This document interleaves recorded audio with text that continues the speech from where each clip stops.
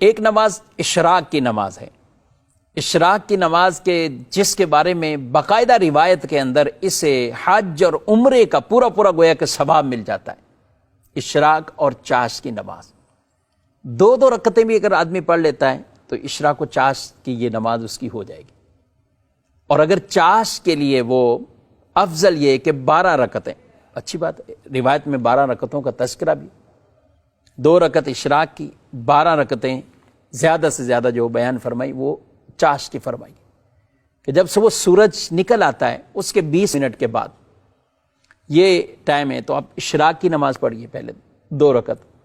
اور اگر اسی وقت چاش کے بھی پڑھ لیتی تو چاش کی بھی نماز ہو جائے گی، اور اگر کچھ دیر ٹھہر کر پھر آپ چاش پڑھتے ہیں تو بھی ٹھیک ہے۔ رسول اللہ صلی اللہ علیہ وآلہ وسلم نے ارشاد فرمایا، من صلی الغداۃ فی جماعت ثم قعد یذکر اللہ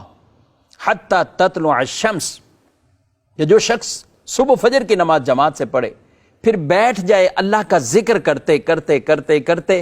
یہاں تک کہ سورج طلوع ہو گیا، پھر کیا کرے؟ ثم صلی رکعتین، پھر وہ 2 رکعتیں پڑھ رہے، کانت لہو کا اجر حجۃ و عمرہ،